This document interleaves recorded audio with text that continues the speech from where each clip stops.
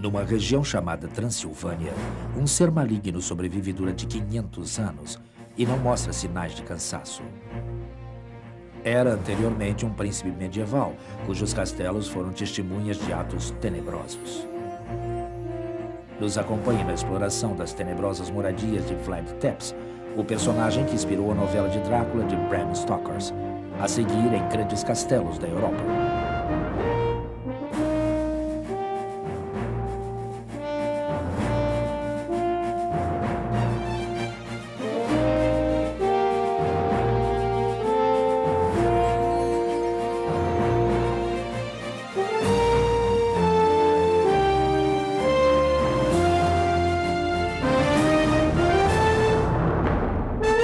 Grandes Castelos da Europa.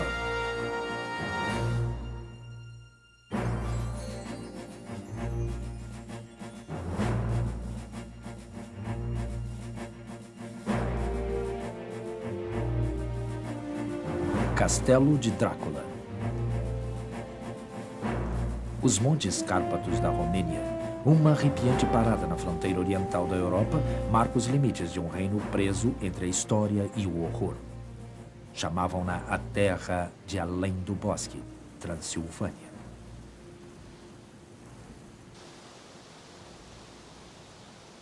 Desde a Idade Média, os habitantes desse lugar têm contado histórias sobre um mal sobrenatural. Um demônio que se alimenta de crimes hediondos num lugar de trevas, afastado de Deus.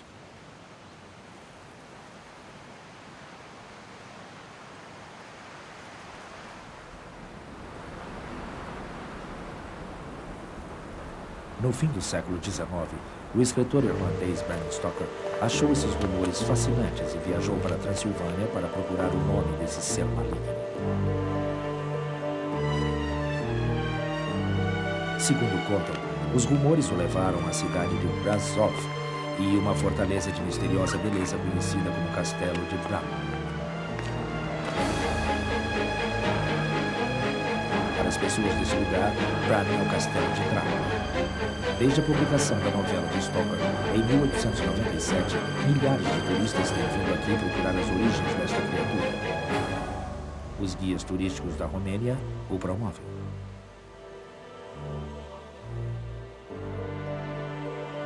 Para os amantes do macabro, o castelo se transformou num lugar de culto.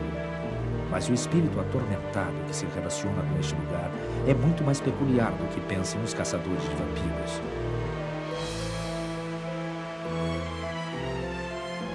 Durante a vida, morou em vários castelos. Entre eles, Bran é culpado de cumplicidade, ainda que o mal não o tenha corrompido, como corrompeu a inspiração humana para o Príncipe das Trevas de Bram Stoker.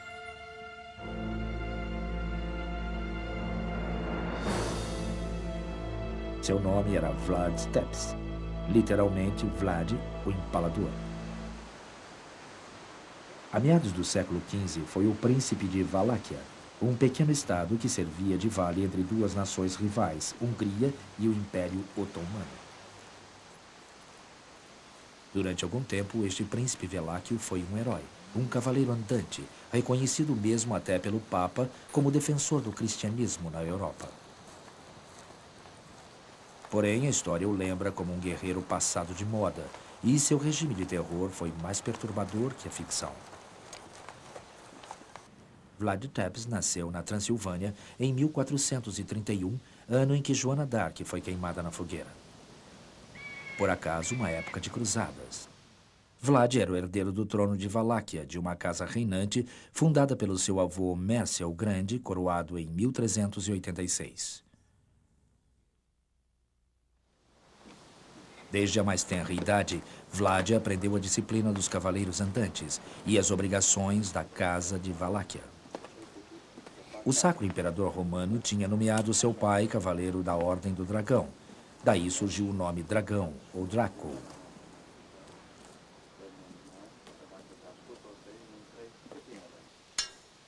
Como ele, seu filho Vlad jurou levantar a espada em defesa do cristianismo.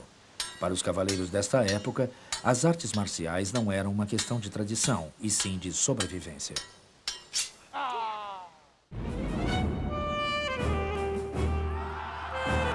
A cavalaria dos sultãos otomanos varreu o Ocidente com uma série de vitórias que ameaçaram a Europa. Em 1453, os estertores do cristianismo ressoaram em todo o continente. A queda de Constantinopla.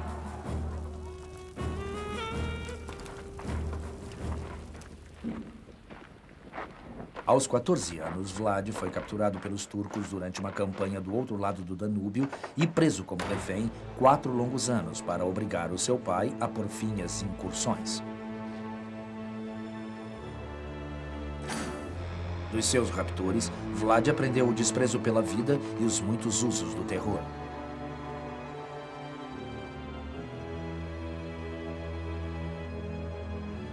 Com o filho de Drácula na cadeia, Valáquia foi um degrau fácil para o grande império da Hungria. Os otomanos destruíram suas rotas comerciais, preparando a grande invasão final da Europa. Sob a espada muçulmana, toda a Valáquia pediu a Critos um salvador. Brasov era a presa mais cobiçada da região. A encruzilhada de Dover era a passagem entre a Europa e a Ásia Menor.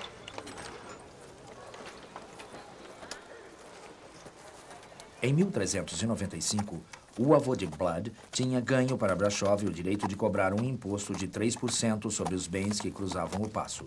Os comerciantes alemães de Brasil se enriqueceram com esta tarifa. O magnífico castelo de Bram se encarregava de cobrar essa tarifa e proteger a rota comercial.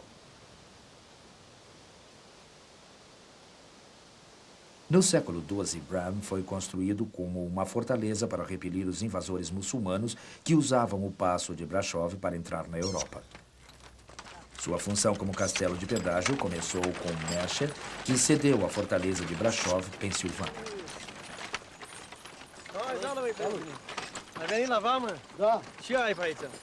Os soldados de Bram vigiavam a passagem de bens e cobravam a parte que correspondia à cidade. Um fluxo constante de espécies, algodão e outros produtos asseguravam a prosperidade de Bram.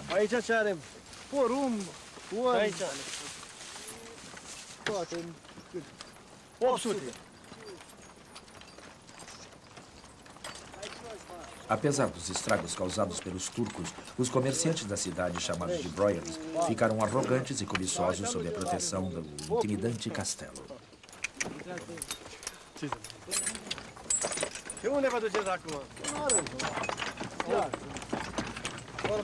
Bram tinha uma guarnição para soldados com seus interiores majestosos e austeros. Seu projeto básico consiste de 4 torres que contornam um átrio de forma irregular.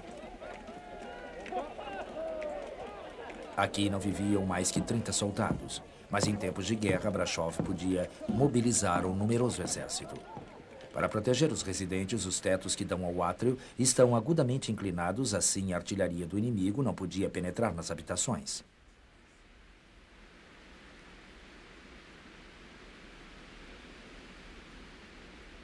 A desordenada disposição das torres e almenas se deriva dos alicerces que foram desenhados para moldar a dura rocha sobre a que se desenhou o castelo. A montanha forma parte do castelo, que recentemente foi remodelado como residência de férias para a realeza romena.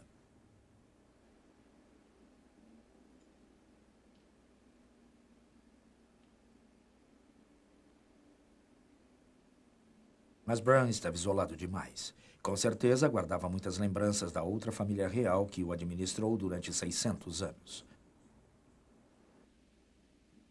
Este é o documento onde Mercia, avô de Vlad Tepes, concedeu o poder e privilégios a Brasov e ao seu protetor, o castelo de Bram.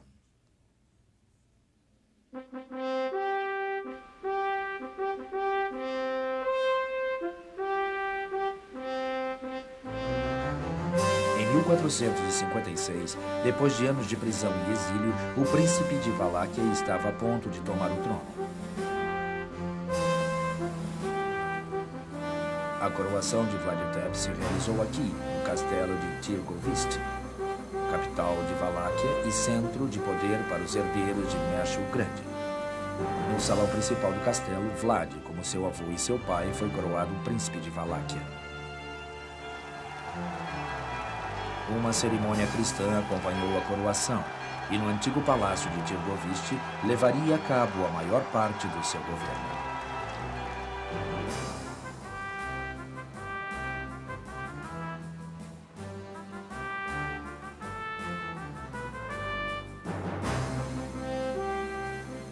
Quando o cavaleiro aceitou a coroa, as invasões turcas estavam em seu apogeu. Vlad se transformaria em herói do povo, castigando os turcos por seus crimes, mas antes de empreender sua guerra santa. O príncipe tinha que acertar contas com os boiards aristocratas da região, já que ele pensava que ameaçavam a independência de Valáquia. Eles os convidou para uma festa. Os cidadãos mais proeminentes da região aceitaram o convite, acreditando que o soberano procurava seus favores. Todos estavam muito animados, brindando pelo seu novo príncipe. Mas Vlad tinha outros planos. Acompanhado por seu exército particular, levou os velhos e doentes a uma praça pública, onde os soldados os empalaram em estacas enterradas no chão.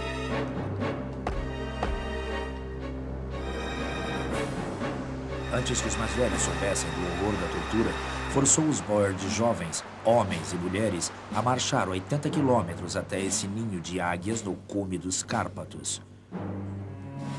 Com eles, Vlad fez uma corrente humana do rio Argos até o castelo de Poener, hoje em ruínas.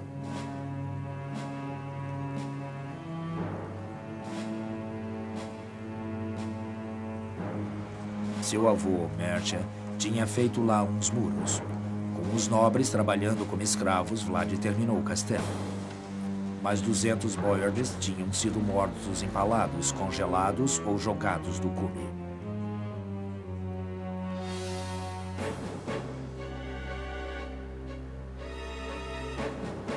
Protegido por centenas de soldados, Poener foi o refúgio de Vlad no início do seu reinado.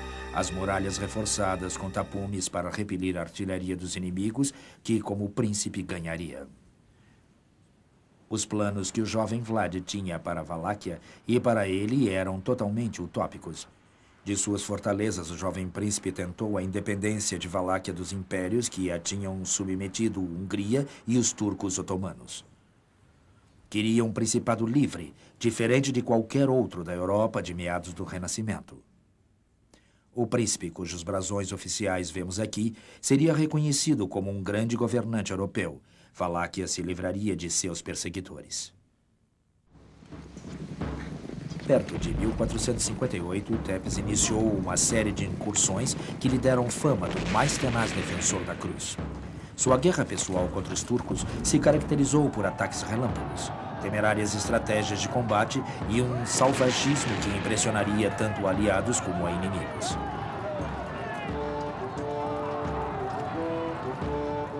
No princípio desta época, o Papa Pio II exaltou os êxitos do guerreiro cristão. No final, Roma e o mundo civilizado tinham se distanciado do incontrolável príncipe cristão em sua fronteira.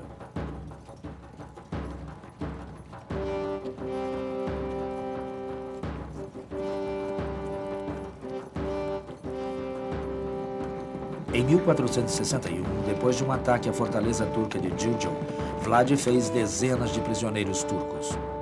Estes, junto com 20.000 alemães, búlgaros e inclusive valáquios, foram empalados em estacas perto da capital, Tirgoviste.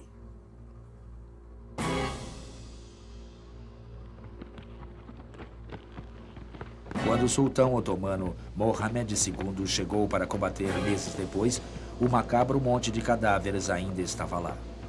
Ele se retirou com seu exército, dizendo: "Que podemos fazer contra um homem capaz disso?"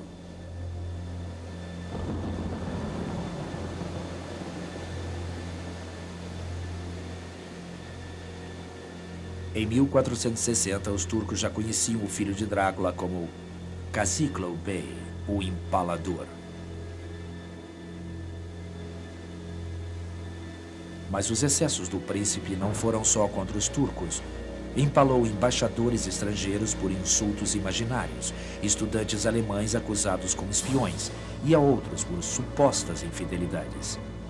No final do seu reinado, tinha matado a 100.000 dos seus compatriotas, a quinta parte da população da Valáquia.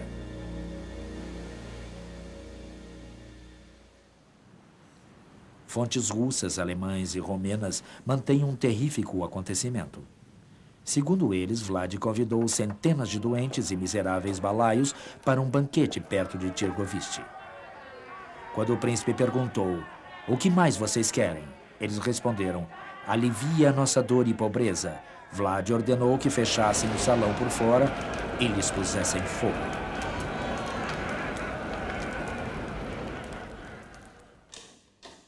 Em 1462, o rei Matias da Hungria já tinha ouvido suficientes atrocidades. Valáquia era o principado dos seus domínios e o empalador um lastre. Ordenou a seus generais capturar Tepes a qualquer preço.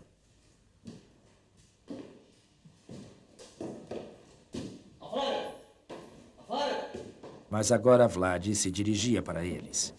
Com um grupo de seguidores, tinha fugido de Valáquia para se fixar na Transilvânia.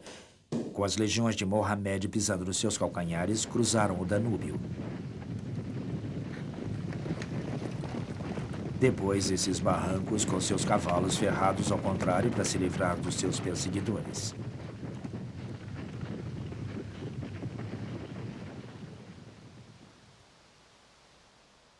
Tepes, sem dúvida, estava feliz de ver os exércitos do seu velho aliado Matias, talvez pensando que vinham ajudá-lo.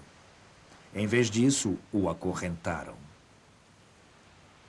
E foi preso em algum lugar da Transilvânia, talvez no castelo de Bran.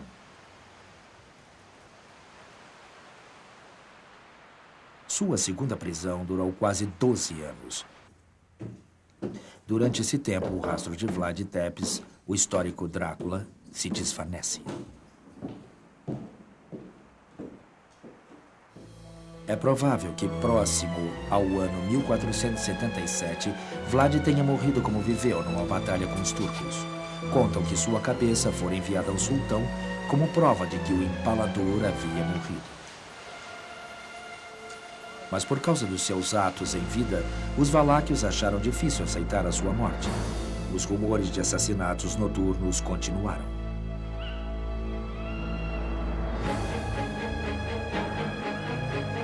Logo, a lenda do empalador se juntou ao relato desta singular criatura da Europa Oriental, o vampiro.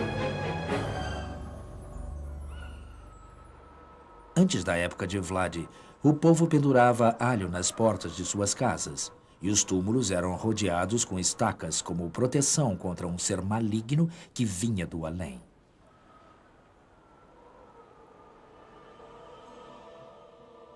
A imprensa alemã alimentou a fama do empalador.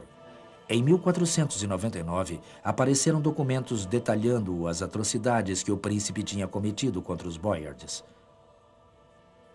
Mas aí o empalador já era conhecido como o tétrico nome de Drácula, que significa filho de Draco e o diabo.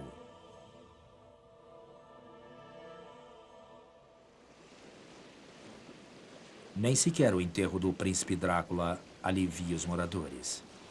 Este é o lago Shenagov, em Valáquia, agora Romênia. Na sua ilha desabitada se levanta uma só estrutura, um mosteiro onde está o túmulo de Drácula.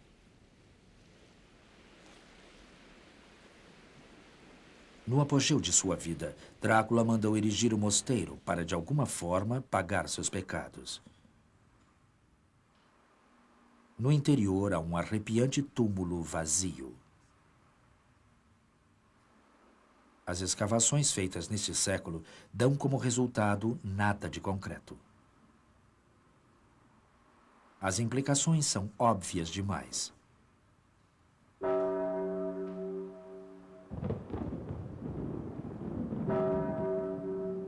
Segundo a lenda, uma forte tempestade desabou no dia em que foi sepultado. O vento arrancou a capela de seus alicerces e a lançou na água.